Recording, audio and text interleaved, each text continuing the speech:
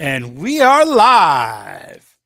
Thank you, everyone, for joining us for episode 12, live stream number 2. So, tonight we are going to start a very special series. We're going to do a compare and contrast on two bag. Oh, sorry about that. I had the live stream blown up on my personal YouTube. It was all in my earbuds. Did you guys hear it? No. No? Oh, okay. So tonight we have a special show. We're starting our series on scenario bags, and over the next couple episodes, we're going to compare and contrast 2 bags per night, compare the different items in there, kind of give our opinions on the value and their usefulness, the plausibility versus probability for the need of that item in the bag, and then towards the end of the podcast, we'll try to put our nickel in each of what we think go into a combined bag. And the reason being for that, there are so many different type of scenario bags out there. You know, sometimes it's a marketing thing, sometimes it's a thing just, you know, creators want to make content. So we want to try to help the community and ourselves to be able to be more pragmatic with our purchases, our investments, okay, and the items that we put in our bags, so we can put that extra energy or resources towards training with them. So in a real life scenario, we actually know how to use them. So the 2 bags we're starting out tonight are a SAR bag, which is a search and rescue bag. And we're going to compare that to an escape and evasion bag. They do have similar contents. They have some differences, so we're going to compare the 2. Now, if everyone's wondering why we're going to start off with the SAR bag, well, you know, you guys hear us talk about Brendan deploying out to different disaster zones with Grindstone Ministries. We do stuff locally during hurricane season over here in the Tampa Bay area. You know, that tragedy in Texas that's happened this past week over the holiday weekend, you know, for me, just like a lot of people, for me personally, it hit hard. Now, I didn't have anyone in that situation, but I have young kids that are around the age just a little bit older than the kids who are at Camp Mystic, and it breaks my heart. You know, unfortunately in life, people pass away for one tragedy or another, but there's no comparison when it's children. So I figured, you know what, let's really go with this tonight to start. And the reason being is that no matter what the event is, there is not enough first responders that can respond in a timely manner. You cannot rely on FEMA or the cops or the fire department or the Coast Guard or anyone else or sending the Marines and the Army. It's just the system doesn't work that way. There are too many things going on at one time. It needs to be the people in the community. You know, one thing we say to all of us in our networks that we interact with, you are your own first responder. First to yourself, to your family, to your community. And if you're not impacted by an event, like your house isn't underwater, you know, it doesn't matter if your power's out. If your family is safe, just dealing with a little power outage or whatever, get out there and help people in the community. It's time. There's too many people complaining in this space about FEMA and the government and everybody else is not helping out. Let's help ourselves. That's how our country was founded. That's how it's been done throughout history. I don't know why we've gotten away from it. That's a little bit of soapbox for me tonight. So before we get into the bags, I'm going to pass over to Brendan and then Aaron to let them throw their opening remarks in there, and then we'll dig into the bags. All right, Brendan, you go ahead. So the search and rescue bags for me. So I don't do the search and rescue when I go doing grindstone stuff. I know what I'm good at. There are guys way better at that kind of stuff. I'm not involved in that, but I have seen what a lot of those guys carry for search and rescue. Most of what I've seen, they're just massive trauma packs, and then they'll usually be followed up with different colored Sharpies and spray paint. And then, it sounds kind of weird to carry spray paint, but they will mark houses as they go through. You go through a house, and different jurisdictions and counties and stuff will have different color codes, but usually it's like black, red, yellow, green, things of that nature. So it would be red, don't enter the building. Sometimes they'll use orange, don't enter the building. This building is dangerous. Mm-hmm. Green, building's safe, no one's in it. Yellow, there's people in here still, whether they're injured to a small degree and they didn't get out or they didn't want to leave. Black, sometimes there's a corpse in there. That happens. And sometimes it's just a matter of we don't have time, mark a black X on the front door and then move to the neighborhood. We'll figure that out in the next couple days. Yep. And then mostly trauma stuff. So, like I said, Mylar blankets and tourniquets and wound packing gauze and things of that nature. A lot of the search and rescue that I've seen will be coupled with dogs, either be it cadaver dogs or live search dogs. I know we've got a couple of people we're in contact with in Texas who are out there with dogs right now. I will not be going to Texas. I have some prior commitments here. But Is that spelled D and J? Yeah. Those prior commitments? Something like that. But so with the search and rescue stuff, a lot of it is just focused mainly on trauma. A lot of shock, a lot of because that's that's what's going to get you. Massive bleeding. In a situation like a tornado or a hurricane, a lot of times it's accompanied by flood and rain and things like that. So then you got hypothermia playing depending on the time of year. I'm less familiar with escape and evasion bags. Now that being said, I'm a redneck who spends a lot of time in the woods, so I would assume probably pretty similar. However, like I said, I've got a lot more experience with search and rescue bags than I do escape and evasion bags. Well, I kind of purposely, didn't research escape and evasion. When we were doing pre-show prep and stuff, and I was talking with Aaron about the different bags and stuff like that, and he mentioned that one, and I thought that was a good idea. I try to do that sometimes, just like let's just throw it out there, and because we're in this space, so we know a lot of stuff. It just might not be organized in a way that will apply to every bag. But I think it's a good way for us to, keep us on our toes. But, speaking about search and rescue, you were mentioning with the spray paint.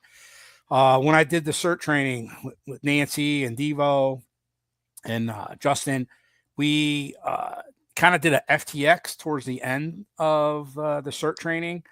And the CERT training is based on, at least that FTX is on earthquakes where buildings collapse and stuff like that. So they do the markings that you're mentioning, but they taught us how to enter a building and to move along and do a search and follow the wall and different things like that. And I got to play command center guy and taking the notes from the different teams and, communicating with them. And that was very interesting. So whether you're in preparedness or you're a normie, take the CERT training. It's free in most municipalities. It's not hard. It's a couple hours a night over, a weekend, or you can do it like once a week for 2 hours over 8 weeks. That's what we did over the summer. It gives you a lot of insight. I mean, we knew a lot of stuff already just because we're in that space, but for someone that's not really into it, it's a great experience. So you mentioned something like entering the buildings and whatnot. That's another thing that it seemed to be universal in the guys doing the search and rescue stuff is one of those little mini air horns, because it's loud when a tornado is coming through or it's pouring down rain. And if you're standing at the door, hey, hello, the house. Is anybody in the house? And sometimes they don't hear you, or they're old, or they're injured, or whatever. Blowing an air horn, blasting an air horn. Can you come to the sound of my voice? If you can't, where are you located in the house? How many people are in the house? Try and get as much audible recognition as you can.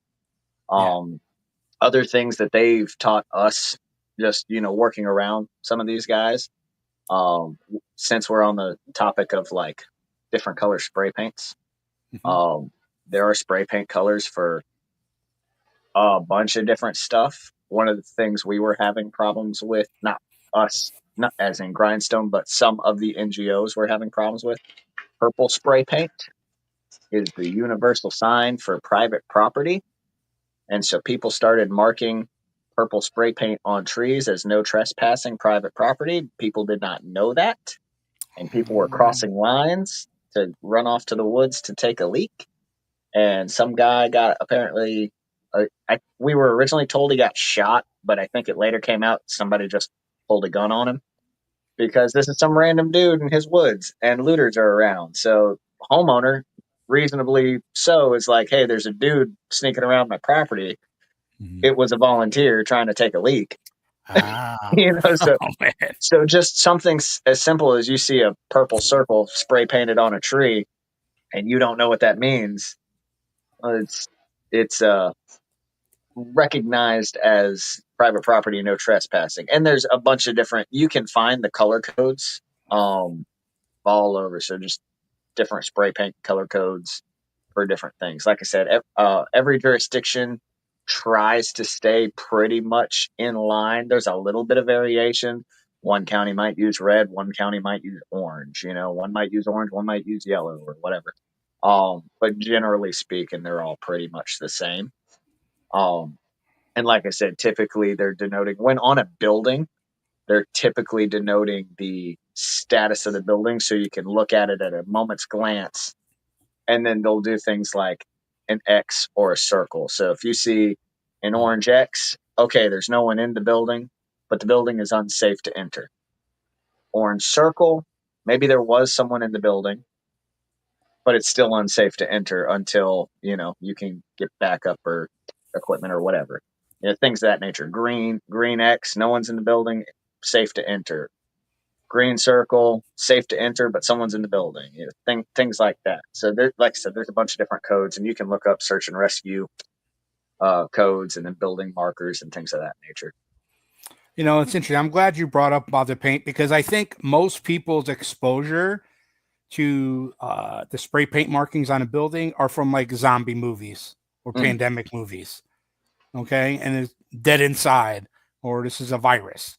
I've got, you know, hundreds of pictures of being in disaster zones where almost every building, big old spray paint marks all over the doors. And my wife asked me once, it's like, hey, is this like looters coming through and tagging places up, just trying to be vandals, you know, dumb kids and stuff like that? And I explained to her, no, a lot of times it's first responders or guys going in and they're denoting, because it doesn't seem like it has rhyme or reason to those who don't know, because it's right. X's and circles and random colors, you know, they're not spray painting. Hey, yeah, there was one guy with a broken ankle and no, we don't have time for that. Put it on the wall, go, move. Something you can identify before running in quickly. Now, that being said, yeah, sometimes you see some stuff. When we were in Selmer, Tennessee, there was one house. Whole front of the house was covered in spray paint.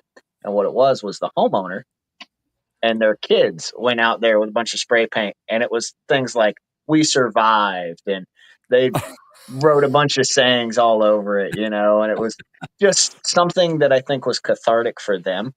Like, hey, our house is destroyed. The house ended up having to be demoed. It's like, but we are okay. I think it was a couple and two kids, if I recall correctly. And they just went and spray painted the whole front of it with a bunch of sayings and stuff. So Very cool. All right. Aaron, you want to give your opening? Yeah, so mine is a little bit different. You know, Brendan's kind of talking about it from going into a disaster response standpoint. I've had the fortune or the misfortune, depending on which specific scenario you're talking about, of getting calls from friends of mine like, 2 a.m. Hey, my 16-year-old daughter's gone. She's become increasingly reclusive, and we can't find her phone. And it's 2 o'clock in the morning on like a Wednesday. Or, hey, this veteran just went and did a runner, and he's looking at, he's made some suicidal thoughts. He's talked about some suicidal ideations that he has, and he broke his SIM card and left it on the front, entryway table. So to me, like, search and rescue, is highly context dependent. And then what I put into a search and rescue bag And what I'm looking to grab for that is specific to the scenarios that I'm running. So I'm like, we talked, I think it was a couple episodes back about Brendan's daughter going for a romp out in the woods and, going off the trail and running out and everything. And everybody, scrambles to go find her, right? That's a different response to somebody who might be human trafficked. That's a different response to a suicidal vet. That's a different response than, hey, somebody might have just gotten lost. They went on a long hike and nature happens. So we don't know why they aren't here, but the travel plan that they filed with us said they should have been back 42 or 48 hours ago. They're not here. So that's kind of like what I think on the SAR side, and then on for the E&E stuff. For me personally, it's like what are you conceptualizing, trying to escape and evade from? Um, I joke with people like I got kicked out of my house the first time when I was 12. Um, you know, for me, that was my own personal apocalypse because I was freaking 12. Yeah. So throwing a bunch of like machetes and hatchets and camo clothes that I owned into an army issued duffel bag that was GI surplus and throwing it over my shoulder and walking down the street. That was my escape and evasion. Um, After that, it's, life happened and I got to have a couple of other interesting experiences over the years. Mm-hmm. And, it might be running from local fraternal organizations that are based along community and or racial lines. Some people might call them gangs. But, or it might also be, hey, I need to get gone for 24 hours and know that I can like bust through a cordon, understand how people run their search protocols, and run based on that. So all of those scenarios tend to be supported by some common items. Mm-hmm. And that's kind of what I'm going to talk about tonight. Yeah. Well, when you think about escape and evading, I mean, it's kind of hard to not put it in the context of what we've seen in TV shows and movies and stuff like that. Um, and they tend to be either militaristic or spy versus spy kind of thing.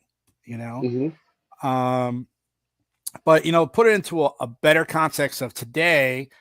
You guys are probably too young to remember this movie. It's called The Warriors, and I remember that. yeah, That was a cult so classic, man.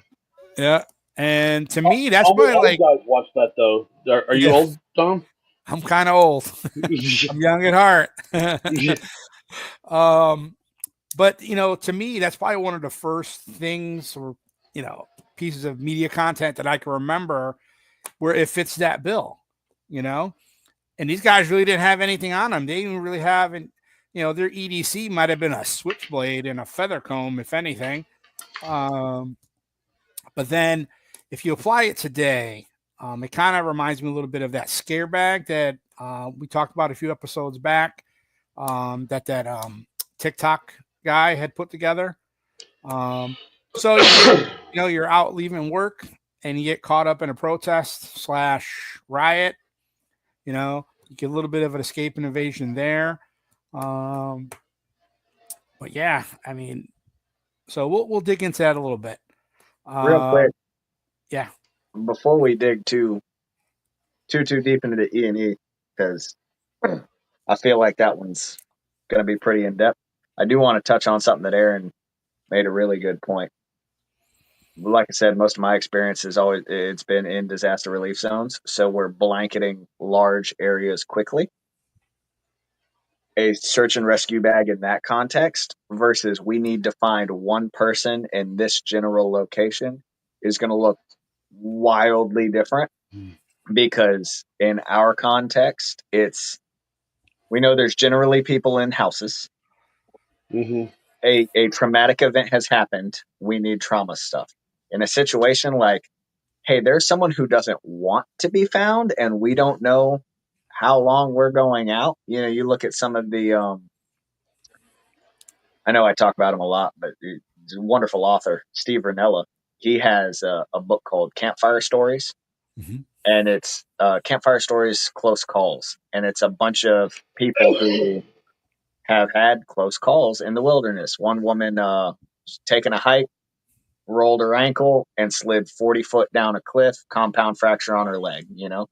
Um, Wildlife, or what do they call them? Forestry service, the firefighters out in the wildfires.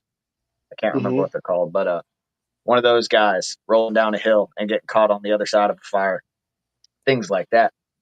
And you hear the stories about, you know, it might be someone searching for him for 4 days. That Mm-hmm. bag's, you don't want 40 pounds of wound packing gauze on your back in that scenario. You want hydration and calories and hydration salts and all the Yeah. things in that context. And that's with someone who wants to be found.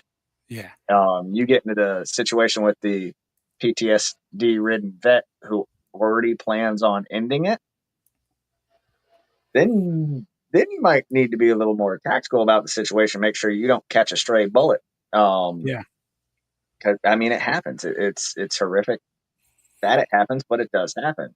So Yeah. Well, Well, and like even with we, that on that point, like one of the things that I've seen with a couple of people that I've had to go out and do SAR for is you have no idea how they're processing reality.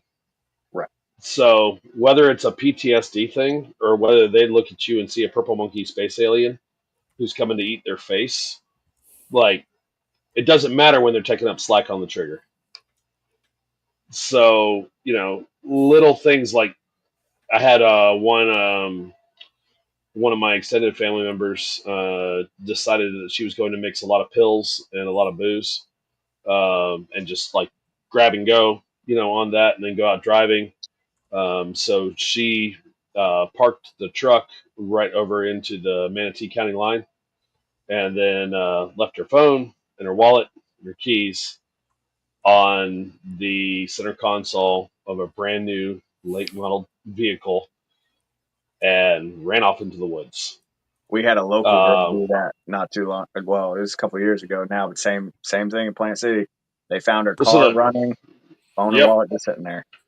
yeah. Well, the funny thing with her was they didn't find her till the next day, and in Florida, after spending a night whacked out of her gourd on Xanax and Pinot Grigio and a whole bunch of other stuff, she was hypothermic.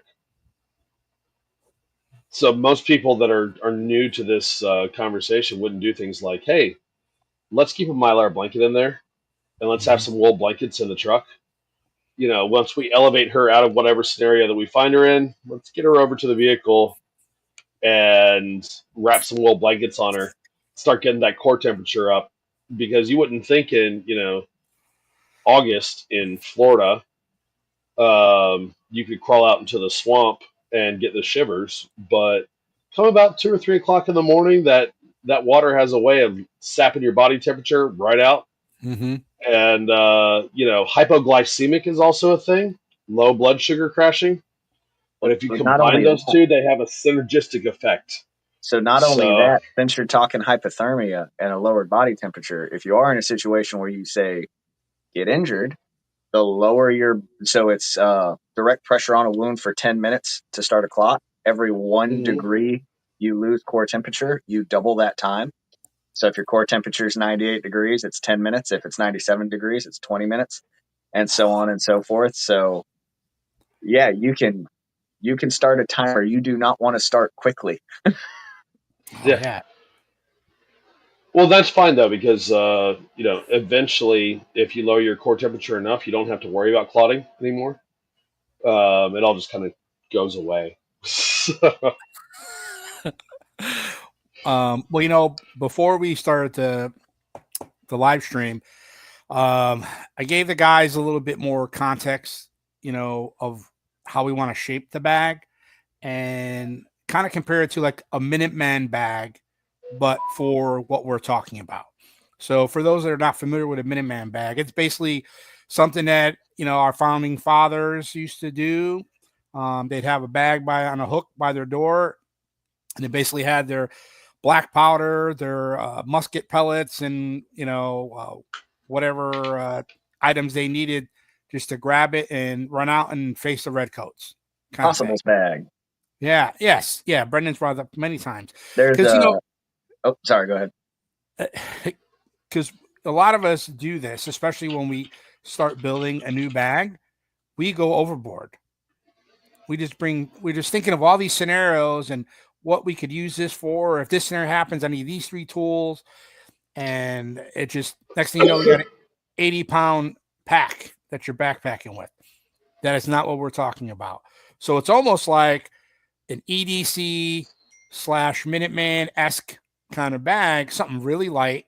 And I think something we need to go in depth in tonight is how much of this stuff is for us and how much of it is for the people we're trying to help. So we'll touch on that as we go. But so I have something very specific on that. 2 years ago, a buddy of mine decided that he was the vet, that he was done with everything, and he went up to the largest state forest here in Florida, and he decided to end it all. We played a game of spy versus spy. He had decent trade craft, wasn't perfect, but good enough for a Marine.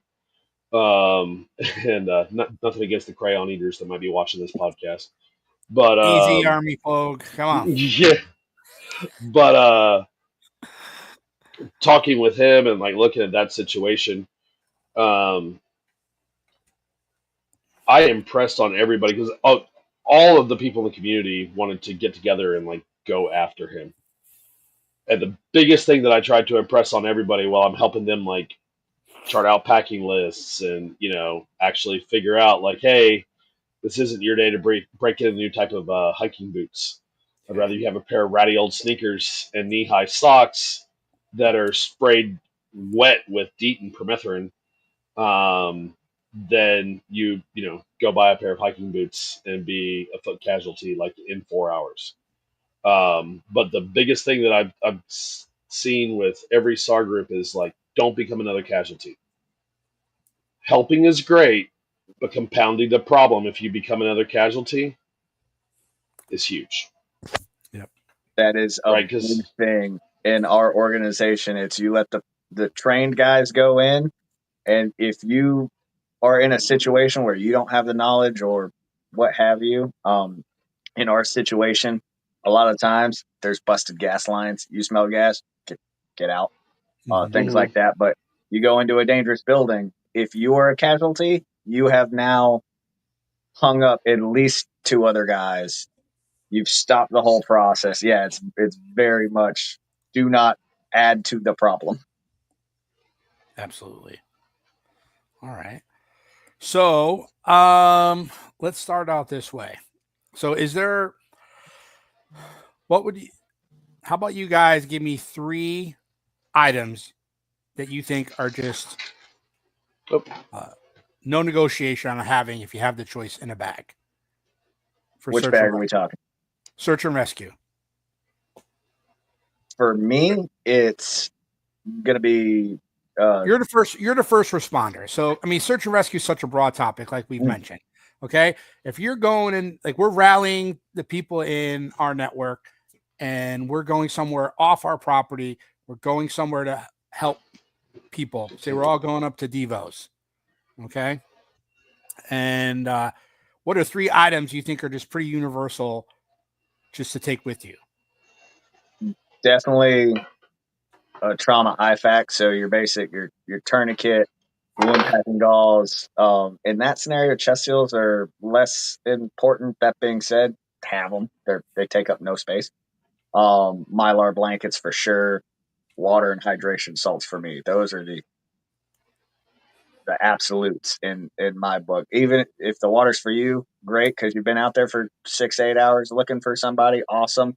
If you come across someone who they've been pinned down and haven't had anything to drink in 12 hours or whatever, help them out.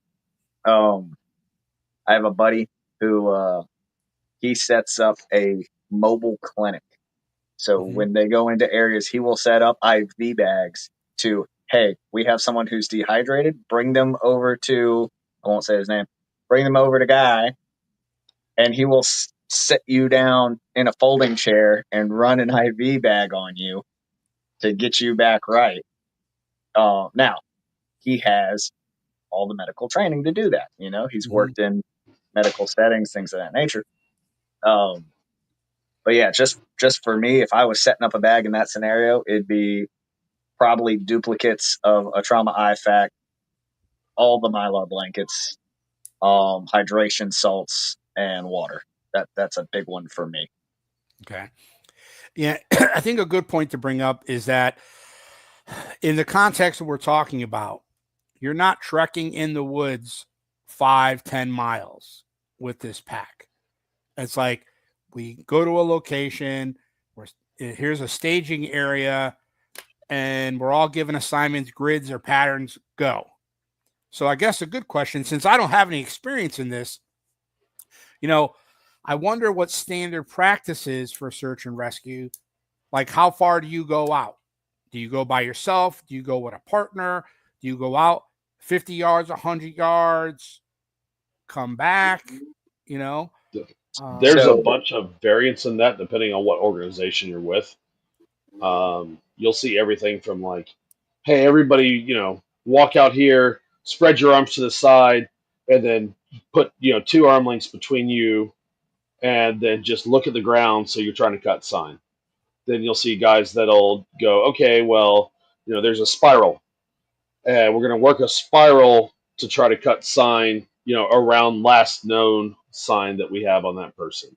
Mm-hmm. And then you'll see other guys that'll, based on their mission, their organization, like they'll go in and,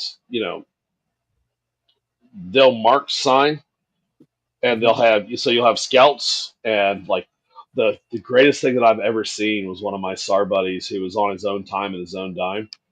He used to use silly string to mark sign, like neon silly string, because he would get it by the frickin' case after Halloween. Uh-huh. And he's like, dude, it's a giant neon green turd pile in the middle of the frickin' woods. Like, and he's like, I can draw stuff with it too. So, like you'll see those guys go out and, they'll mark sign, and then they'll have other people come in and interpret sign. Like it completely depends. For me, my 3 items are comms, right? Because if I'm in a group effort, I want to be able to coordinate with the group and not step on them. And also not have them step on me. Nothing's dumber than like 4 people trotting the same piece of ground over and over again. And then in Florida, water and calories. So like most of the stuff that I've seen with people just getting lost and it's an innocent thing, it was, hey, I got turned around, didn't know where I was, didn't have enough water, so now I'm a heat stroke victim. I went to sit down and the world got a little woozy, and when I woke up, everybody was really annoyed that I hadn't showed up when I said I was going to. Or, hey, I'm a diabetic. Took one less insulin pen out than I thought I needed, than I actually needed for the hike that I went on. And when I woozied out, nobody could pick up my 300-pound self off the ground. Yeah. So those 3 things, if we're just limiting it to 3, like even if you have somebody who is hypoglycemic, like they have low blood sugar, I'll put a thermos full of hot cocoa in that person quicker than you'd believe to bump up that blood sugar and also get that core temperature rising. Mm-hmm. And, I'm only looking, I have a field medic's perspective of the world. So I'm really only looking to stabilize everyone in the field until I can elevate them to being someone else's problem. I don't care who fixes you. It's just as long as it's not me. Yeah. That's my favorite doctor, not me. So like, but that kind of idea is like with search and rescue and E&E as well, both of them are based on what you carry is going to be based on what you know. And E&E and search and rescue both are two of the ones where it's not necessarily what you know means that you carry less. Because I might be working with a whole bunch of people. When we went out for that, or we almost ended up going out for that vet buddy, they found him. They had a SAR group that was very good at what they do, called the Essentials. They're out of Polk County. And they found him within 2 miles of a trailhead. And that's consistent with patterns of people that are looking to unalive themselves. They'll usually park their car, and then they don't walk forever. They go within 2 miles of a trailhead, and then that's where they do it. They find their spot. Yeah. Well, like, I mean, it's your final ride. You're not looking to hike the Appalachian Trail for it unless you're really special. Most of these guys are just going out and they find a spot that kind of looks nice and decide to decorate it. But with that, like, the group I was going out with were people that grew up redneck and hadn't been in the woods in years. People that didn't grow up in the woods at all. People that were veterans, but they were used to be veterans. I used to be in the 101st. Yeah, how many years ago? Like, how many pant sizes ago was that? You know? And then you're kind of having to look at that from a SAR perspective and think, like, okay, how do I communicate with these people? How do I keep them from heat stroking out and becoming another burden on our Casovac stuff? Yeah. Like, the biggest thing when we were going up there to North Florida, the rains had made the ticks almost unbearable. And they had made the black bears come out and be 4 to 5 times more active than they normally would be during that point of the year. So I was like, cool. So we have ticks in a state that supports Lyme disease, and we have black bears that may or may not be acting like they normally do around humans.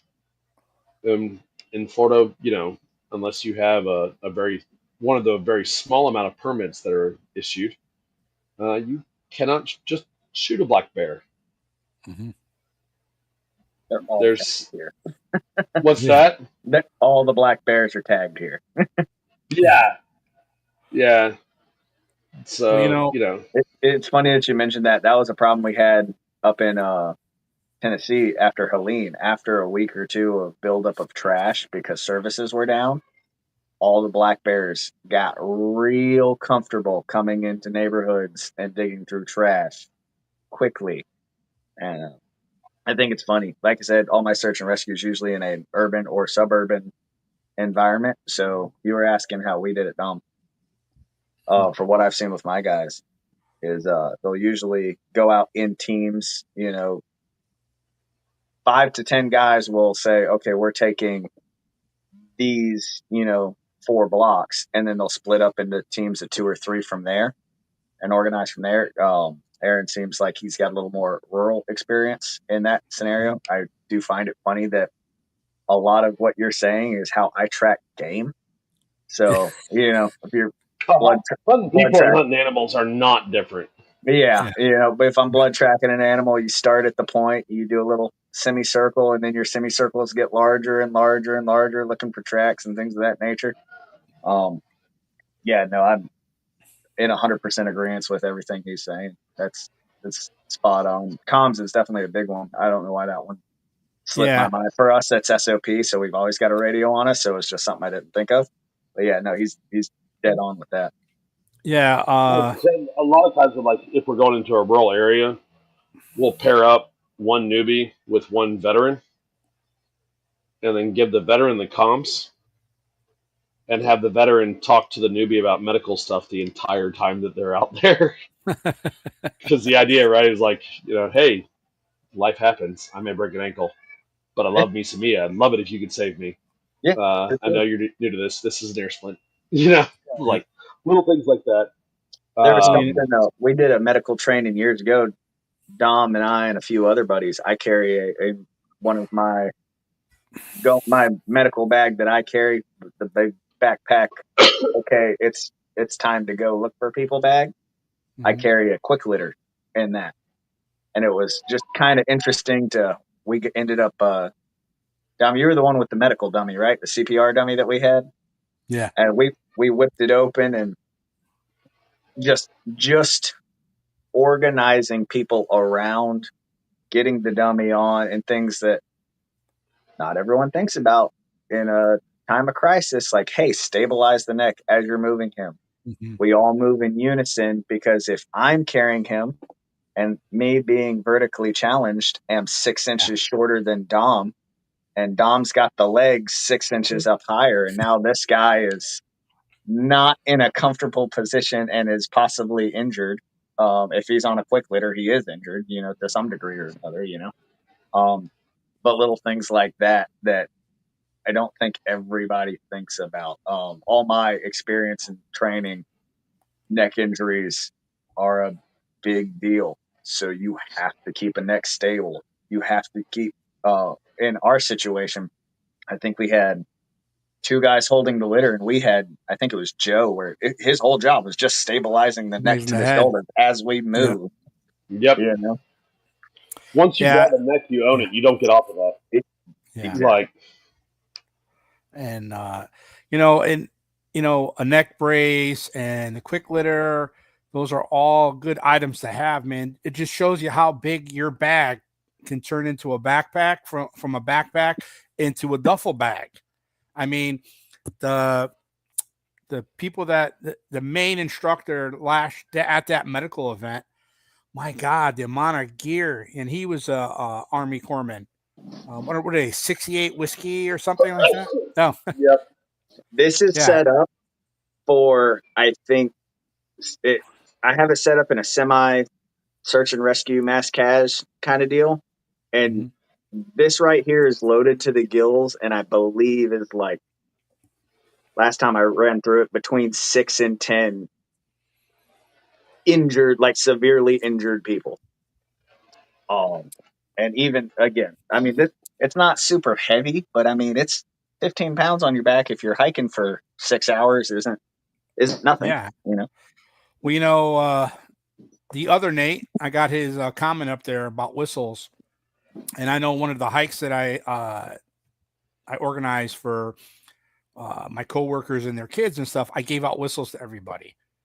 I mean, it's good for people to carry a whistle, especially for kids. Now we know they're not going to want to do it, but if you're doing search and rescue, I think it's a great item to have a bulk of them in your bag, because if you're just going out, like Aaron said, you're going over, finding somebody, you triage them real quick, give them a whistle, because signaling is important, and comms are great, but we all can't have radios.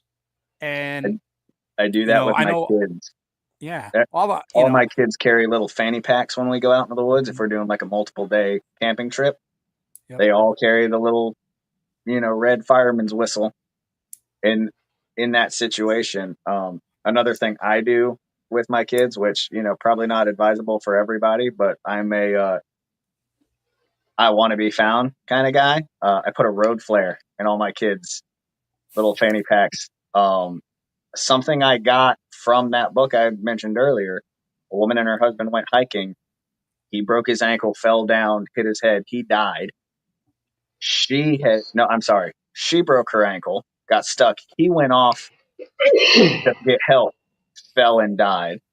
And when he didn't come back in 2 days, she took a road flare and started a forest fire. And that's how she got found. I tell my son, if you haven't seen daddy in a day, look, I don't care if you burn this thing down, you get found. Yeah. Start a forest fire. Flare guns are not advisable. Yeah. Smokey would hate me for that, but still. Yeah. We know flare guns are pretty easy to get these days, but they're only good if someone's able to see them. And if it's like 2:00 in the morning, you're out in the middle of the woods and you pop a flare gun, who's going to see it? For 7 seconds. Yeah, they burn for 7 seconds.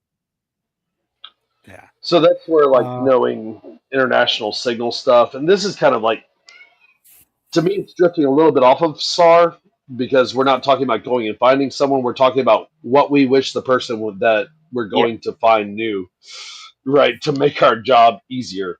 yeah. You know, like the right now with most of the SAR teams that I know, guys that are on them on a regular basis, if it's a serious SAR effort, choppers and drones are involved. So your chances of having that 7 second flare seen are pretty good. Hmm. Um, just like the rule of three, 3 shots in the air, Yep. three fires lit, 3 puffs of smoke off of those 3 fires. piles of rocks, things of Yeah, that nature. Yeah. three flashes off of a signaling mirror. If you look towards a helicopter or a plane flying up there and you signal them with something reflective on your hand, you don't want to burn their freaking eyes out because then they'll just be another person that needs rescue.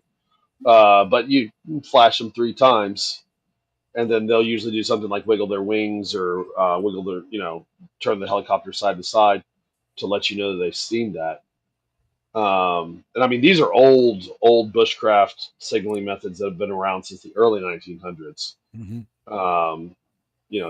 It's not new stuff, but because our culture has kind of gone away from having bushcraft as a basic part of how we raise people, what we Yeah. do, and who we are. A lot of people are like, "Oh, rule of three, what's that?" Well, sit down, my son. Yeah. Pour me a drink. Let me tell you a story. There's a really cool product that I've gotten for all my kids. I don't know if they still make them. I'm sure they do. It's playing cards, and they come in a little waterproof case. And on the back of every playing card is a survival tip. So it'll be dip knot tying, basic knot tying, how to start a fire, medical stuff. Rule of three, that's a big one. And they'll do different things like you're saying, 3 Mm-hmm. fires in a triangle, 3 piles of rocks, and put 3 logs in a triangle, things of that nature. And it's something cool for the kids because if you're sitting around a camp and you're playing cards just to kill boredom, we'd flip them over and then I'd run through them with my kids. And now you're seeing them constantly over and over, just drilling that into your head. Something you could pick up and mine all came with a little signaling mirror in the case. Mm-hmm. So having something like that for $3, $4 just to throw in your pack, not a bad idea. Like you said, not to drift too far as being the guy needing rescued versus being the guy looking for him. But if you don't want to be that casualty, because none of us ever plan to get lost. Right. I've been stuck in situations more than a couple of times where I was in a bad situation. I've gone out in the woods with enough water and food for 3 days, and I got stuck for 9 because my truck ended up getting buried in the mud because I was a little too adventurous. And we were out there for 9 days. Now, thankfully speaking, I was out there loaded with hunting equipment because I was on a weekend hunting trip. So I was okay. I might have broke a couple of game laws allegedly, but I ate, Yeah. Now, that being said,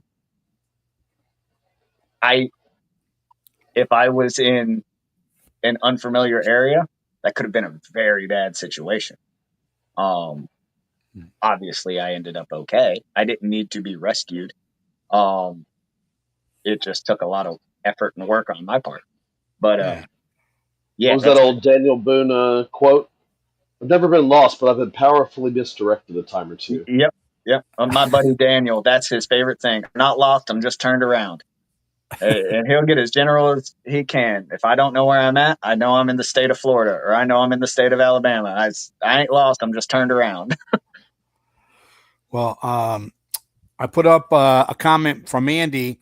He said we carried 50-liter backpacks for SAR when he was with the Georgia. Andy used to be a park ranger. I'd like to see that loadout. Yeah. So I'm wondering, and what I'm curious about with you guys is, do you think there's a reason they went with 50 liters? I don't know if it's a a good size, because everyone has different shapes and builds and strengths and stuff like that. We're all adults, but all three of us are different sizes. I wonder if it's because of the amount of gear they wanted in the backpacks, or is it about the ability to be more universal for people to carry? I'm What do you super guys think? bad when I see backpacks in liters. I don't like. I think that's the weirdest measurement they could have gone with. So I can't identify a 50-liter backpack unless you pointed one out to me. But as far as like bag size, it's that whole risk versus reward. Do I want to carry a 60-pound bag over days? No, I don't. Do I want to have a 10-pound bag that doesn't have enough equipment in it? No, I don't. So it's trying to find that sweet spot. For Yeah. me, I pack all my stuff with what's the most likely, as well as a little bit on the extreme. Most of my bags are just 50% medical and then 50% calories from there. But that's just because I've heard way too many stories of people falling, and I used to carry on my hunting trips these plaster of Paris impregnated gauze because my biggest fear was falling 15 feet out of a tree stand, breaking my leg, and having to drag myself, however far. The SAM splints are way easier and way lighter to carry, so just get one of those. But Yeah. in all my bags, I have two SAM splints for that reason. You know, Mhm. if you fall 15 feet out of a tree stand, if you roll your ankle and end up with a broken ankle, broken leg in the bottom of a ditch, and it's like you said, not far off a trail, but you're not where you're supposed to be. Something as simple as, hey, I just need to be able to walk, if not walk, be able to crawl. Yeah, Yeah, and it's goes a better to long way. carry a SAM splint than trying to sit there and let me find a couple of sticks and use some med tape to wrap it around. The SAM splints don't weigh anything, Yeah. And they're pretty malleable to fit in your bag. So Andy made a couple comments. One, he said, because we carried a lot of stuff like you guys were talking about, I'm referring to the 50-liter bag. And then he said 50 liters would be your backpack filled with stuff all the way to the top of your head, roughly. I'm trying to remember the size of my backpack. It might be almost that size, maybe a little bit bigger. Let's see here. And let's see. All right. Chris brings up a good point. Water is heavy.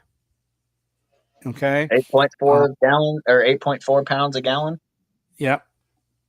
So, I mean, you can say, oh, well, I'll just bring a water filter. But if you're going and you're doing search and rescue and you have no idea the water resources in the area, Or it's tainted water. It's been a hurricane, and now the or sewage flood. has Yeah. Yeah. The flood. flooded out. Yeah. That's not something I want to. Look, I trust Sawyer Minis. I trust Life Straws. I am not drinking out of a ditch after a hurricane or a tornado. That was a big thing with Helene. We had a lot of washout from. There's a battery plant north of us that ended up messing a lot of people up. All the gas stations, their tanks had flooded out and ended up contaminating. You drive by the river and just see that rainbow sludge all across Yep. every bit of water you saw. And that's, in that case, that's not something you want to be trying to filter. You want clean water in that case. Yeah. Or at least pre-filter it. I mean, do an Yeah. initial stage on that. But Yeah. that's when I've worked with state employees and cops and firefighters and first responders. There are some truly amazing people that work for the government that go out in the woods, Mm-hmm. and there are also some truly terrible people that work for the government and go out in the woods. Yeah. And rather than being able to make that as a value judgment off of somebody that you've trained with, a lot of times I've seen the government will just say, well, we averaged out what everybody needs, and we talked to the guy who was best politically, at the procurement process, and then we had our local senator or congressman add a little bit of pork because we have this gear bag manufacturer who's a local constituent, and they have the senator or congressman on their on their Christmas card list, either side of the aisle, not being political or partisan on either one, but you start looking at that stuff and then you're like, do you really need any of this stuff? Like, or is this just a bunch of stuff that you don't need, but there's other stuff that would take up the same weight and volume, but because you don't spend time out in the woods, like the amount of Park Service employees that I have met over the years, who could not see their toes when they went to the bathroom to go pee, is way above zero. Right. And it's not everybody. Like I said, there are some great guys who are absolute like bushcraft animals that work for the Park Service, that work for Fish and Game, that work for, ATF even. I mean, I assume they have 2, maybe 3 competent employees somewhere. Maybe. Never met them myself, but I believe in unicorns too. It's a possibility. That was political. But you mentioned something, Aaron, earlier that I don't think it's a bad idea. Me personally, I try to avoid it. You mentioned pairing up the veteran guy with the newbie. Yep. Me personally, when I'm out doing sketchy stuff, I make sure I partner out with somebody who I know and trust.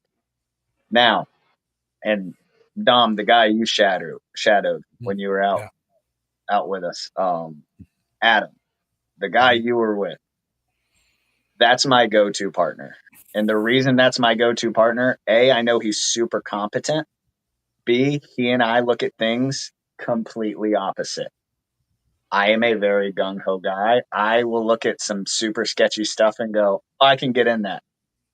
He is very hesitant and he is very meticulous. And I absolutely love that. And there has been more than one occasion where we've sat back and looked at something and he's gone, absolutely no way. We're not touching that. And I go, I can easily get in there and I'll do it. And he goes, you're right. And then there's been times where I've gone, I can easily get in there and I've cut myself into a pinch and he's had to come in behind me to get me out.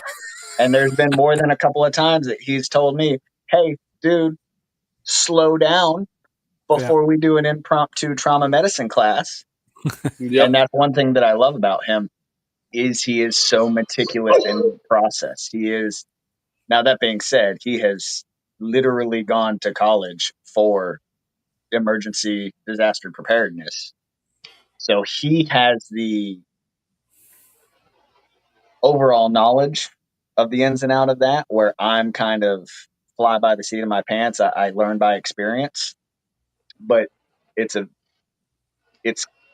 comforting to me to know I have someone who's super competent next to me, but also not a guy who's just going to agree with everything I say. It's good to have a little pushback in that regard, in my case at least, because Yeah. Well, I can be a little fast and loose sometimes. Well, the other Nate brought up a good thing here. So, as a combat infantryman, my ruck was well packed, past ridiculous. I know that feeling, and from when I was in the Marines and when I started backpacking, but this whole SAR thing is a great reason for people to ruck. Okay. Like Aaron was mentioning, people are out of shape, that are out working in the rural areas that we would turn to help lead the effort for any kind of search and rescue. Might have good bushcraft skills, but I mean, how much are they going to be able to, to hike in somewhere? And we need to be able to bring in the ruck. We got to bring in stuff. So if we're in better shape, we're going to need less water. Let me reframe it. We're going to have more tolerance for having less water and less calories. That means we have more water and calories for rescuing somebody who's going to be deprived of it because they're stranded out in the elements. using Texas as an example, there was one lady, her whole family got swept. I think they were swept off a bridge. I'm not sure. I don't know if anything happened to the rest of the family, whether they made it or didn't, but she ended up getting pushed down river 20 miles. Okay. Dodging refrigerators, cars, and what have you, and ended up in a tree. Okay. And was stuck up there and was only noticed by someone that lived on the bank that saw her. And by the time he saw her, the water had already receded enough that she couldn't just jump in the water and like try to swim ashore, even if the current would have been small enough to do it. So the SAR guys, I mean, he called 911 and they were either too busy or they couldn't get out there. So he ran into the street looking for first responders in the community, brought them back. They got that girl out, brought her up to those strangers' houses, and then they left. They had to move on to the next thing. Okay. So what am I trying to say here is that, one, you got to be in shape enough to be able to go out into the elements for a sustained amount of time. Okay. And not need, all the accoutrements of life. Okay. Because you need to save it for the people you're trying to, who will be on their last leg. Okay. You got to be able to bring that ruck. You might be able to half carry somebody, whether you're just like they're putting their arm around you and they're limping because, they have an injured leg. That wears on you as well, especially after you've been out in the elements for a couple hours looking for people. So it pays to get in shape. Okay. It pays to get in shape carrying your ruck. Okay. I think you can cap out at 30 pounds. I think that's really just a good goal for everybody. And it could be just bottles of water. That's what I do. I freeze bottles of water and drop it in the pack. And, you can measure it out. It's pretty So easy. 30 pounds to me is a base ruck weight outside of water and chow. Right? We talked about those like 3,200 calories, Mhm. but I could go with you guys right now into some spots in Green Swamp. And if I told you we have to go over, under, and through for the next 24 hours, you tell me if 3,200 calories is going to cut it. Oh, no. Right? You're going to freaking have a 3,200 calorie bite. Yeah. And you're going to take several more bites after that one. And it's Mhm. going to be part of what you eat that day. But, if you look at that as a dry weight, and then the nice thing about this, talking from the infantryman perspective, like Andy and you, Dom as well, like we're doing SAR.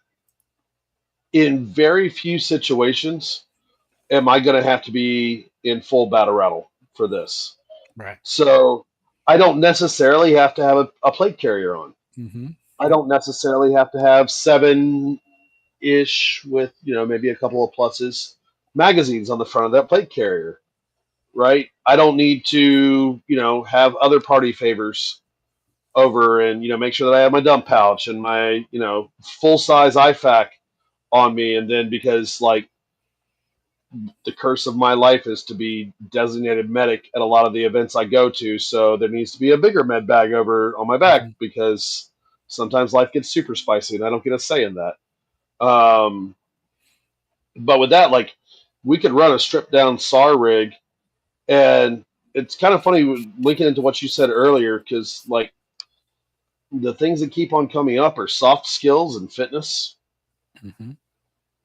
on that, and the people that you're going to have to find in SAR are the people that lack soft skills and Mm-hmm. typically lack fitness. So it's almost like if you do what you can with what you have right now, you could be less likely to be a freaking weight around someone's neck, Yeah. for instance. So to, Uh, so to tie into what you were saying earlier, Aaron, and then to touch on what Dom originally was saying. So if we're looking at this from a community perspective, during the last hurricane, Dom, you and I, every couple hours, we're checking in with each other. Mm-hmm. And if you have an idea of who either A, you might need to go rescue, and or B, who might need to come rescue you, to have that stripped down SAR rig and to have the comms with somebody else, like Aaron was talking about. If I know, Aaron is X amount of miles from me, we're close enough that if I need a hand, I know he can be here quick, fast, and in a hurry, and vice versa. Mm-hmm. If we know an event like a hurricane or whatever is coming, he and I are going to get a hold of each other every 3 to 6 hours, check in. Hey, you good? Still good. Okay, cool. Mm-hmm. If he doesn't come in for the check in, grab that little Minuteman bag, that stripped down SAR Yep. rig, and I'm running to his place. Maybe it's something as simple as he needed a nap. Maybe it's something like, hey, he got hurt because somebody else was out and about. And now his wife and kid doesn't know where he's at. They just have a generalized last location. Now it's time to go to work. And again, vice versa. I know for my wife, she tells me every time I go out on that stuff, her biggest fear for me isn't that I Mm-hmm. get hurt with a chainsaw or I get hurt doing stuff. She thinks I'm going to, be doing something dumb trying to help somebody and put myself in a Why would situation. you have And that impression? I mean, it, that's so it's odd, random even. it's a reasonable fear. Yeah. Unfortunately, there was a man, and I brought this up earlier in our little group chat. He was in the process of saving his family, punched out a window, got his wife and kids out of there, however, nicked an artery, and he bled to death. Yeah. One of my favorite verses in the Bible is, there is no greater love than a man to lie down his life for his friend. And I think as men, that includes our family and those we have a provision and a blessing for. Noble death. However, doesn't make it any less tragic. Something as simple as a tourniquet could have solved that. Yep. Have Brendan, some I'll tell you right now, if you go out that kind of dumb way, I am going to customize the hell out of your tombstone. Like, it's going to be freaking acceptable. hilarious. Acceptable. But there's a Oh, reason this is always in my pocket. yeah. Yeah. Yeah. We see on TV all the time or in movies, people, they smash out a window. But it's only in recent years that I notice that they'll start to clear out the glass from the frame. Yeah. Um, you know, there's, we talk about having, the little glass breakers, the shatterer and stuff like that. But I usually keep, like a police style expandable baton, okay, in my truck. Why? For that exact reason, you know?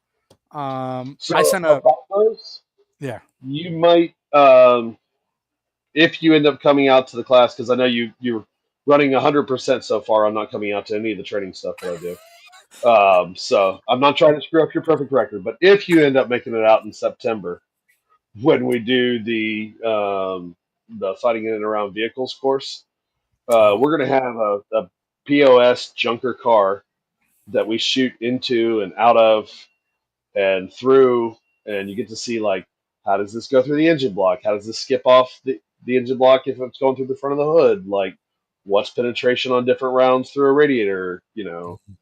How does a windshield react when you're shooting out of it fresh or into it fresh versus how does it react after the laminate has started to delaminate fire a little limit. bit? What's the round deflection? Say all that to say, we've had several people who had some really great ideas for turning sideways and trying to bust out side windows. And that kernelated glass in there, that safety glass, really makes it difficult to swing like a baton or something along those lines. Um, Without going too much into detail, we had an empty Guinness bottle just close by for whatever reason. It was empty, and somebody had it in there. I'm sure it was in the trash can or whatever. But glass on glass actually works fairly well, and the window breakers worked fairly well. I was Um, thinking with that expandable baton, it seems like you don't have a whole lot of leverage versus having like a glass breaker in your hand. And just, I don't mean use it to break the glass, because like I'll keep like I have like this. oh, you just mean like clear out and whatnot? Yes, to clear out. Yeah. Gotcha.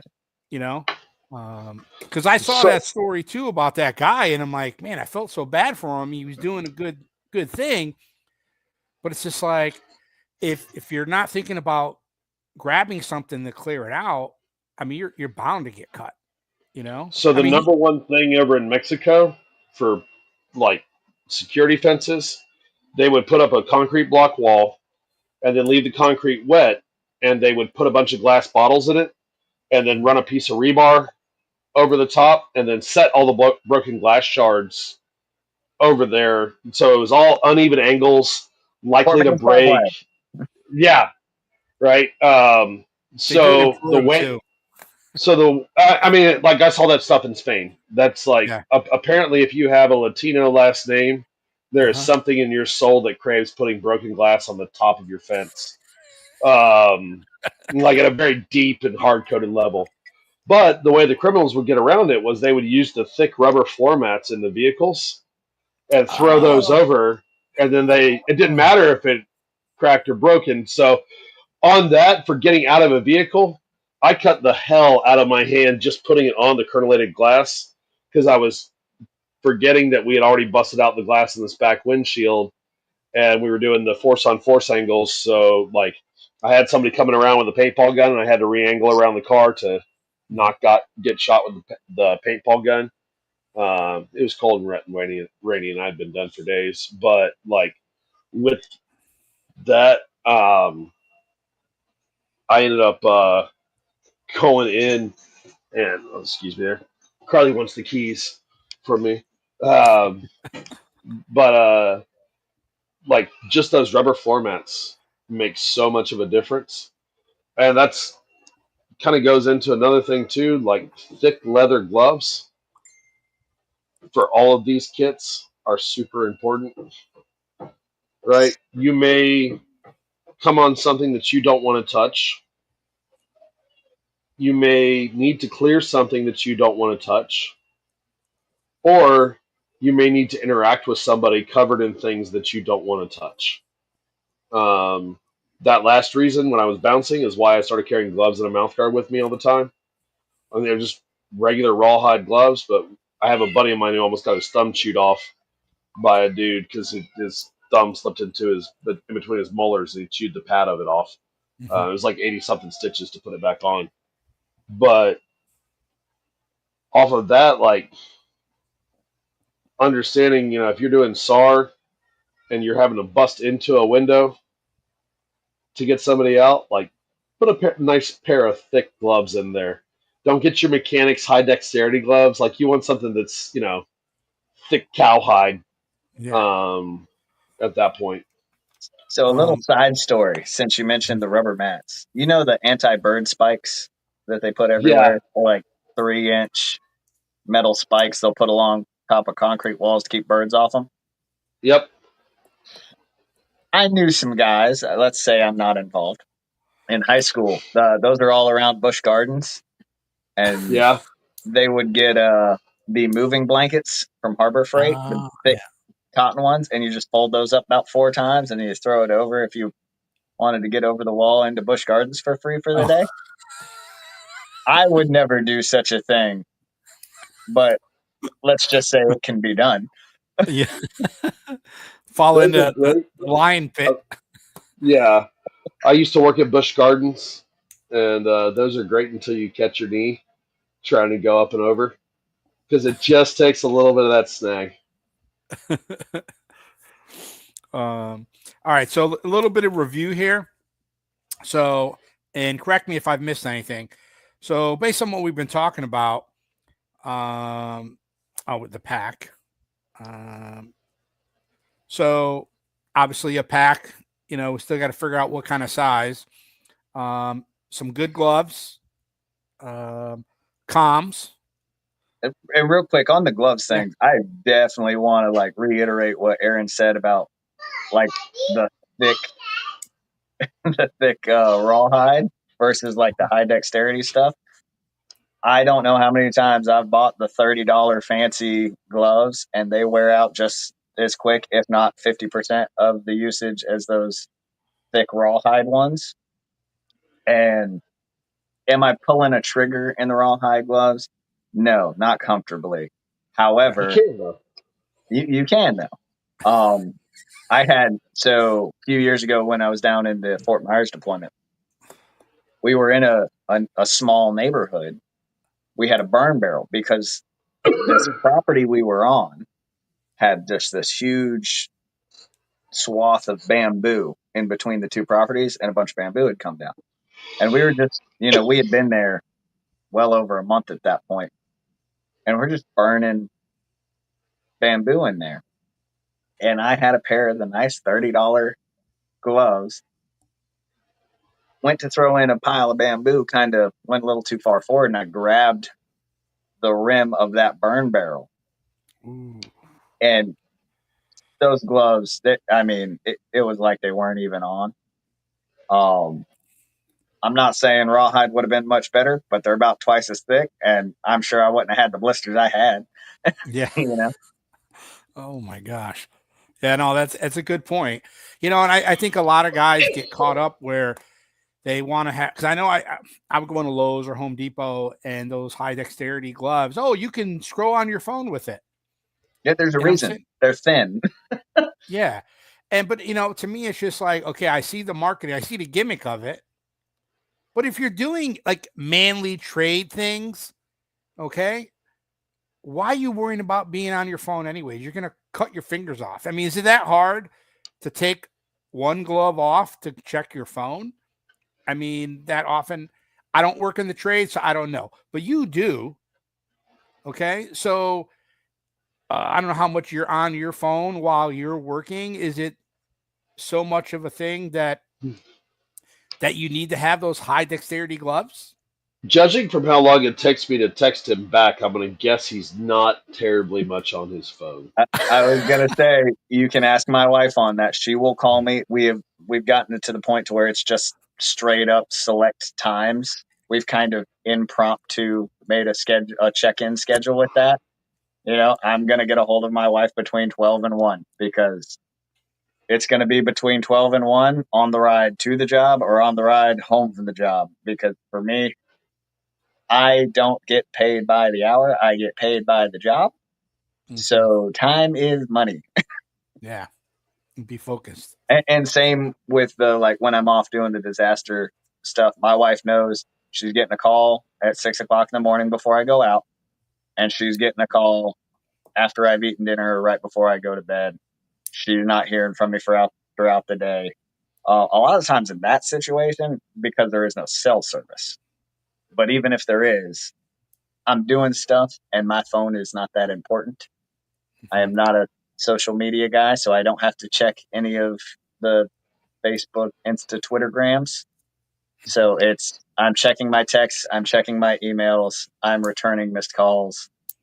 There is plenty of emails I have to check once I get off here because I've been running around all day. I was working out across the bridge today, which, yay, an hour and 20-minute drive one way, but it's money, so I'm happy. Yeah. All right. So back to the list. So we were pack, good gloves, rawhide versus the high dexterity, comms, IFAC, hydration, and calories. What am I missing here? Hydration salts. So liquid IV, elements, the 40,000 volts, any of that stuff. It goes because you can pound water all day. And if you are sweating every bit of salt out of your body, you can drink 2 gallons. You will still cramp. There is nothing better than it's 3 o'clock. You are beat dead. You've got white lines on your shirt because of the salt just coming out of your body. You put one of those hydration salt packs in your body, you are a brand new man. Well, that brings up a good point because we were just talking about how, we need to be more resilient so we could bring more stuff with us for other people. So instead of us having them pound 2 or 3 waters we might have in the bag, giving them one with the hydration salts might be more effective to rejuvenate them enough, maybe even to be able to walk some. I would agree. And to another little point on that, those aren't made to be drunk with every bottle of water. There's some guys who do that. They'll pour it in every single one. The amount of sodium, potassium, and magnesium that are in those things, there's a reason it's a measured dosage. So like the most common ones you're going to see is like the Element or like the Liquid IV. Those are made one a day. So what I do, I'm drinking water all throughout the day, and you get into that like early to mid afternoon. I'm not done for the day. I still got a couple hours of work. However, I have been sweating. Throw one in, pound it down, and then back onto water. If you start oversaturating your body with the sodium and the potassium and all that, you're not really adding too much benefit. I don't think it'll cause a health risk, but you're not benefiting yourself. You're just wasting money at that point because they're not cheap, especially those So pre-done packets. Yeah. So people tend to be self-regulating on that. If you drink it and you're like, oh my god, that's too salty. I If it like, tastes delicious, there's a problem. yeah. Well, so I have my buddy Derek, one of the many Dereks in the world. Um, sorry, that's an inside joke from Sunday. But my buddy Derek, I turned him onto the 40,000 volt stuff, and because it's a pre-mixed liquid, you can actually put extra in there easier than you can ripping open a bunch of little packets and everything. So, he's drinking probably 4 to 5 bottles of what tastes like straight up saline on a daily basis, but he's drinking a total of 20 bottles of water, little 16-ounce Zephyr Hills bottles or whatever. I love giving pre-measured versions of that to heat casualties because the first thing that you do if you have an idiot heat casualty is they'll throw the bottle of water up to their lips and they'll try to crush it. And it's like, no, no, no. Let's not take your overheated body and then dump a bunch of ice cold liquid in the center of it. And let's not go from dehydrated to overhydrated because Or the now only we're thing worse than shocked. yeah, I was gonna say the only thing worse than having to deal with you like mopey and whiny is having to deal with you pukey and mopey and whiny and in shock.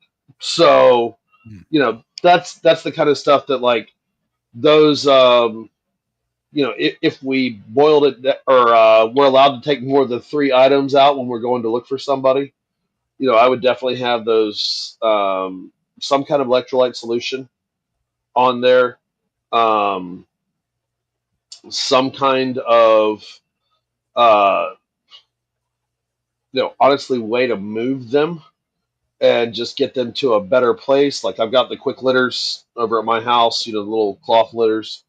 Um, those are fine, but even a lot of times just getting somebody with their feet elevated while you have them slowly sip on a water that's got some electrolytes in it, take 15 or 20 minutes to do that. That's when you're on the comms, telling everybody about what you see, where you're at, what you're doing.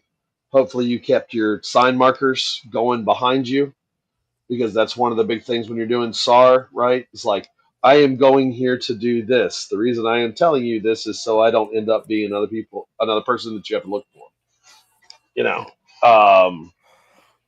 Once you go into that, like you can go into, okay, we're starting to get their blood pressure back and good. Now let's see how they are on their feet. Can they walk out of here? I have recently, in the last 2 years, we had a family friend pass out at a barbecue because he decided to shotgun about 8 beers in 2 hours and take a couple of hits off of a vape pen that had some non-nicotine substances inside of it. And he's a 62-year-old male, history of heart problems, and he's a ginger.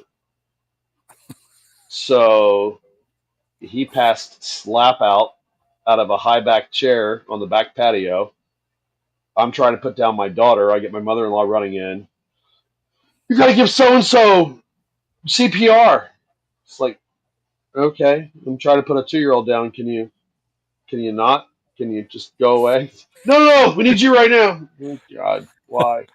So I set my baby down, go in there, and he's snoring. And The interesting part to me was like we didn't need to use CPR. I knew that from the med classes that I've taken. He's Because snoring, he's CPR, breathing. yeah, it sounds gross, but I mean, you're breathing, right? It's like if you're in a combatives training situation, you tell me, I can't breathe. Yeah, you can, right? Guys that can't breathe just tell me, right? So, but, with that, like when he came up, he immediately wanted to stand up and he was belligerent and a little bit of combative because I wasn't letting him stand up. I have a specific way that I manage casualties that are like heat cas or, people that I know that are going to wake up in a disoriented environment. People that you Narcan, if all that you have is that little nose spritzer thing, dude, like they come up the same way they freaking go out, and boy, are they salty about it. Like, So, having worked in a rehab, I have come to the conclusion there are two ways people wake up with Narcan. A, they sit up, they go, "What happened?" and then immediately projectile vomit. Or they get up and they will attempt to kill anything within arm's reach. Every time. Wow. yep. Well, like a lot of times before I bring somebody up, I clear my area, and then I also do a brief bump frisk on them, and then I control their arms. So, well, it's kind of like a belt and suspenders and staples type thing. But I've had enough stuff go other ways on me. I'm good. I never need that again. All right. So Nate said logging tape is great for breadcrumbing your trail, which makes me think about, so it's good to kind of mark the way you went so you don't get lost. But maybe if we're finding people and they're mobile, but we need to move forward, then maybe we say, hey, follow my, trail back to the base camp. Mm. Um, Well, that's a big thing too, because like the unspoken rule of disaster relief is you will always get sidetracked. So it might definitely be, hey, I'm going down this trail in this direction, but I see sign that's leading off in a 90-degree. And I was like, okay, I was supposed to go down this trail in this direction, but now I'm changing. If you're not tracking that, now I'm not where I'm supposed to be. So now everyone's looking for me. If I have Yep. a trail leading off, they go, okay, he's good. Or if I didn't, oh yeah, no, I'm just going to wander down this trail for 100 yards to see if I find some sign, and I did, and I didn't mark it, and then it's another 100 yards. Then it's how far did I walk? And now I'm lost. yeah. Well, you could be in a scenario too. It's like, hey, mark your trail and stay in this general direction, but then you hear something. Now, someone can be hollering, you really don't know how close they are. And you start meandering through the woods to get to them. You might think it's 20 yards out there, but it could be 150 yards, Anybody who has ever turkey hunted also knows echoes in the woods are a thing. So I can hear a gobble that's, oh, it's definitely 20 yards that way. And then you go 20 yards that way and you realize, oh, it was 150 yards back the other way. Well, and also little things like leaving directional notes on your signs. Mhm. Being able to say, "Hey, all of my signs are pointing this way," even if it's just something as simple as like if you're using that logging tape, clipping one corner and pointing it, right? So we Because would drop it's sticks for that. Point a yeah, stick in the well, direction. Okay. and that's where like I go in, and the more you get into SAR, the more I've gotten into SAR, the more I try to do really, really blatant things. Because if me and Brendan are out in the woods and he sees a stick pointing the wrong way, he's going to notice it. If somebody is brand new to this, never goes out into the woods, but their heart's in the right place because they're looking for the person that we're looking for, and they're related to him, right? They're going to be like, "There's a stick? Which one?" So the last thing I need is somebody to ADD squirrel off into the woods, decide, "Hey man, yeah, I'm going to go take a leak, but I'm a little gun shy. Do you mind going ahead and I'll catch up to you?" Yeah, sure. Cool. Well, I found which direction forward was a little different than what I thought it was. So now I'm super lost, right? And like even with the veterans and the like putting people together that have been doing this stuff for a while versus like new people with old heads. I look at that as just a radios thing, Mm-hmm. but also teaching somebody trail sign and bushcraft and everything where you're looking at them and you're going, okay, this is how we move out here. This is how we move in a group. This is how we don't get in each other's way. All right. All right. We are at the 90-minute mark. I think E&E might have to be another whole podcast, man. Yeah. Well, I think as we're doing these series of bags, we're going to keep reflecting back on previous discussions in different bags. And because, as always, our conversations are very in depth. And we can just keep going on for hours. But I think we got a nice baseline going tonight. Just a quick rehashing for the viewers. And the reason I want to do with this now is I'd like the viewers to, think about it, what we've, talked about tonight. Maybe do a little research, check your bags, see what you got in them, and let us know. Pop me an email, chime in on this video when it's on there in the comments. We know a lot of you folks anyways, and send us some ideas, and we're always looking for a better idea, and there might be something, maybe it's not appropriate for this bag, but it'd be appropriate for another bag. In the end, we want to have the minimum number of bags, and of those bags to be of quality, useful items, So this is like a living, breathing project here. Okay.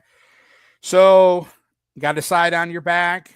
Andy had mentioned 50 liter. Obviously that's up to your choice. And, just depending on the items that you have, it's going to make the difference. And then good gloves, the rawhide ones, make it appropriate to what you might encounter in the woods. We didn't speak about snake bites. And I know I posted on Facebook a couple of months ago to see what people would say. Hey, what are some good gloves to use just in case you're out in the, on hiking trail or backpacking for snakes? And I got all kinds of answers, comms could be as simple as a couple of bow fangs, just talking with other first responders, okay, that and it's line of sight, so GMRS will work just fine. Okay. You're trying to go longer distances, then you're talking, having your tech license and what have you. But then the IFAC, and SAM splint, quick litter, right? And we talked about hydration and having the what you call it, the hydration salts. So I think that was a good clarification that we went over. Calories, I think that's something we're going to have to talk to more on future podcasts, because we say calories, but what calories are appropriate for what mission? So that'll be something we could probably touch base on maybe the next video. And that depends heavily, because your calories in a situation like that, if you're in a search and rescue situation, I'm less concerned about having the most nutritious stuff. And a lot of the times you just need quick energy now. Yep. So, carbs aren't great for you. However, a Coke and a Snickers after a bike. Do you want to eat that stuff every day? Drink that stuff every day? Right. No. But you need that quick sugar. Do you need that quick sugar boost and the carbohydrates to give you the energy to keep going? In that situation, yeah. I just don't drink and eat that stuff every day because I don't want to look like Jabba the frickin' Hutt. But I promise you, if I could get away with it, absolutely. All right, so let me close out with some comments here. Tell Master 207, do you grease the bearings at the end of your chainsaw bar? That's probably a Brendan question. So somebody had pointed that out in the last chainsaw event. I never have. because we always just kept our bar oil filled, and that was someone pointed that out. I have never done it. I've never had a problem with it. That being said, one of the guys pointed out that I guess an older model chainsaw that he had a spot to go in and grease the bearings. That's not something I've ever done. But I'm also super anal about keeping my bar oil filled. Like I don't even let it get past halfway. Um, yeah, I personally don't. And then let's see here. Oh no, not that one. Let's see. All right, the other Nate. Now I'm curious what that one is. Pantyhose is lightweight, used to prevent blisters while hiking. Also used for water pre-filter, cordage, tie-offs, hanging food away from critters, etc. Yeah, good points. I use Luco tape personally. I know where my common hot spots are when I go hiking, so I'll usually tape up. So it doesn't give me any problems. What's the other popular brand? New Skin and Moleskin. Moleskin, yeah. Moleskin's what I've been using for years. There's nothing funnier than being around like an infantry unit of guys that are designated body stackers. I mean, they are validated. These guys do not just sit back at base. And talking to them about road marches, and everybody has a favorite brand of women's pantyhose to wear on a road march. Oh, Like, so you're talking to, oh yeah, I run an M240, or I run a 40 mil grenade launcher, or whatever. But I really like the sheer pantyhose when I'm on those road marches. It prevents chafing between my thunder thighs. So But it's you're like, funny you should say that. I was reading a book from it was a memoir from Mac V. Sog, and they were talking about like all those guys ditched the BDUs, and it was pantyhose and blue jeans.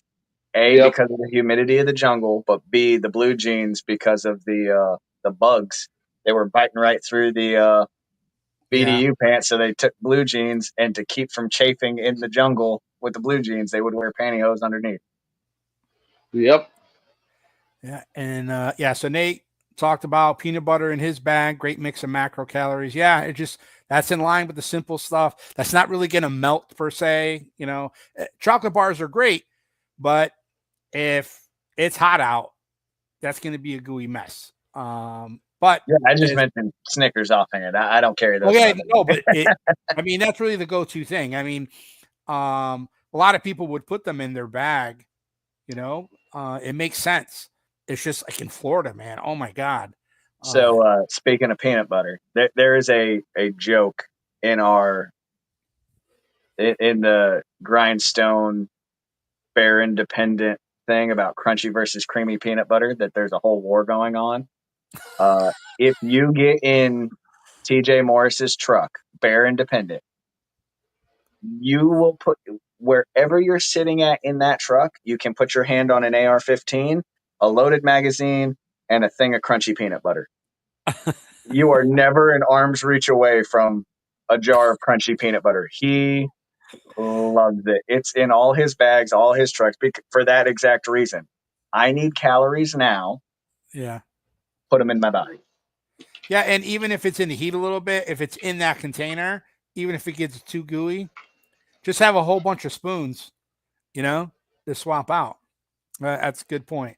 And, you could always do the little Jif cups. They're sealed and stuff like that. So there's plenty of options.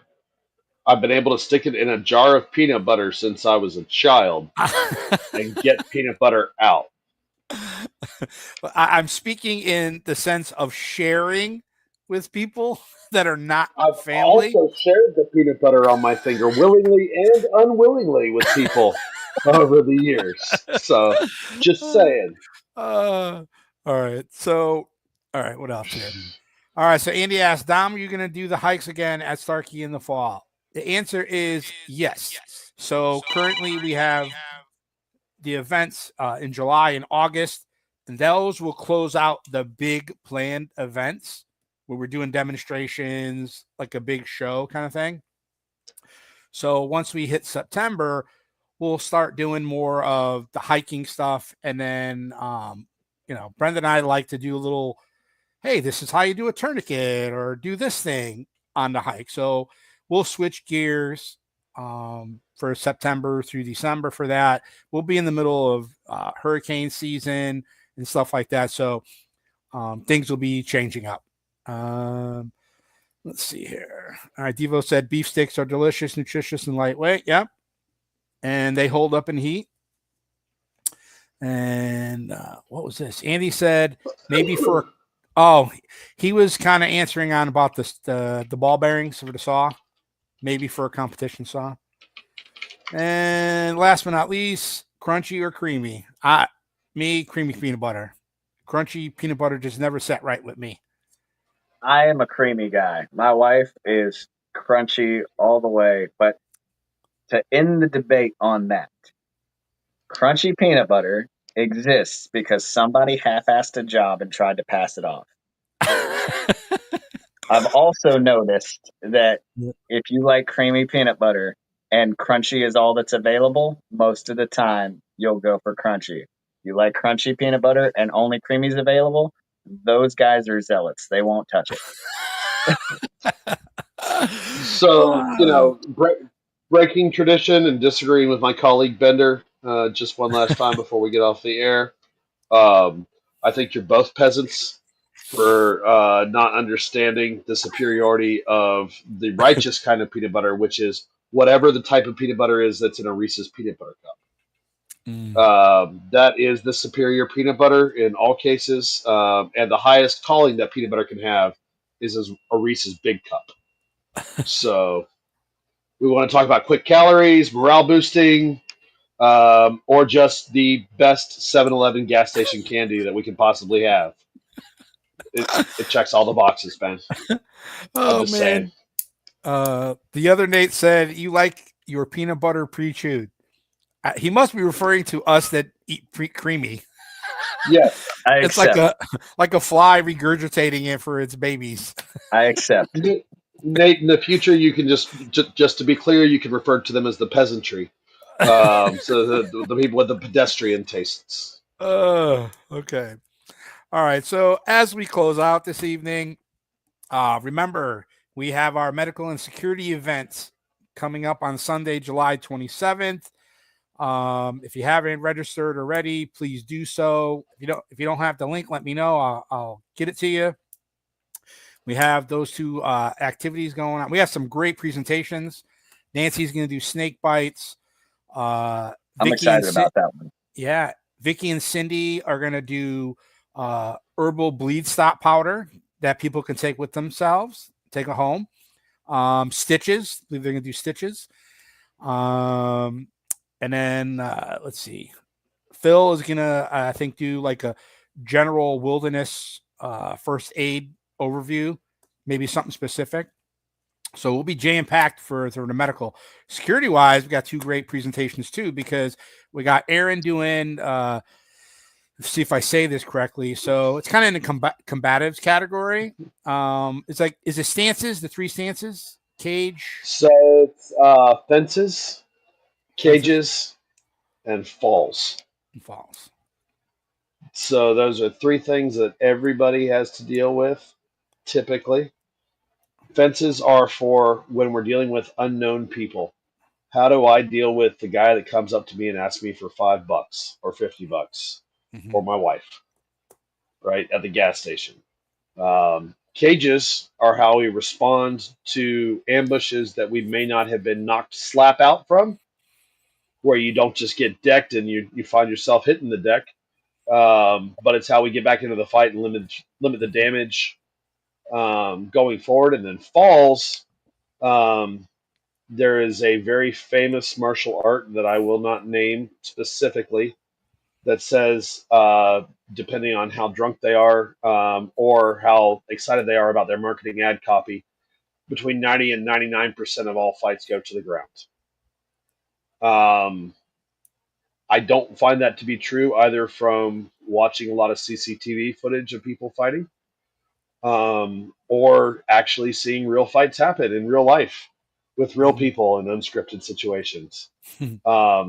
What I do find is that when people do hit the ground, It tends to look nothing like the beautiful martial arts break falls that I practiced a lot growing up as a kid. And it also doesn't look like the combatives break falls that I practiced a lot as an adult. It tends to be I trip and then I freak out and grab onto you and now we both fall. Or I trip you or knock you over and then you grab me to steady and then we both fall.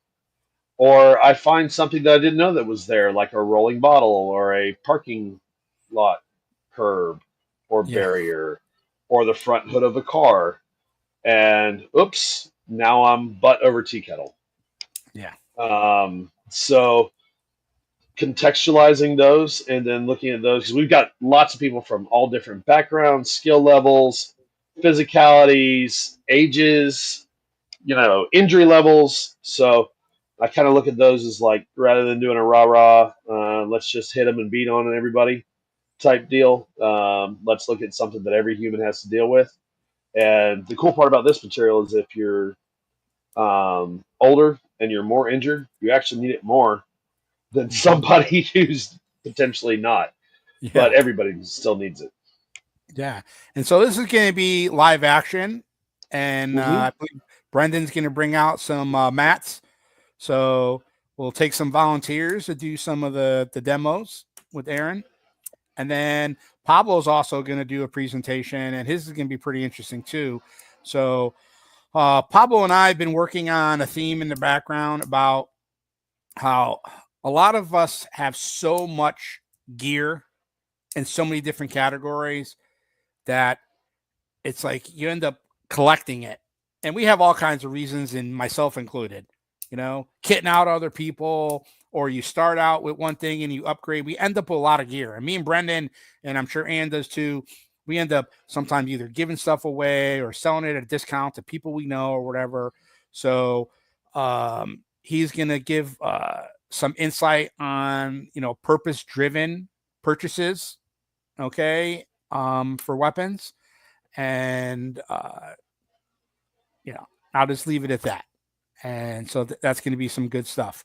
So I think all of us could sit there and clear out our closets and repurpose a lot of what we have so that we can expand in areas that we're lacking. So, and for August 17th, which is a Sunday, we're also having the Wilderness Skills, which is going to be led by Brendan. And we'll have some, I'll let that, we'll surprise you guys as we get closer for the details on that. But I'm also working on a communications aspect of it. And I've put the call out to people in the various radio groups in the Tampa Bay area for someone to bring out a GMRS repeater that's mobile so that we can set it up on the property. People bring their GMSR radios, and if they're not programmed, we'll show you how to program it with chirp or by hand, and we'll do a live net with that repeater, because one of the projects we're working in the various networks that we interact with is try to building up our comms, and GMRS is a great way to go.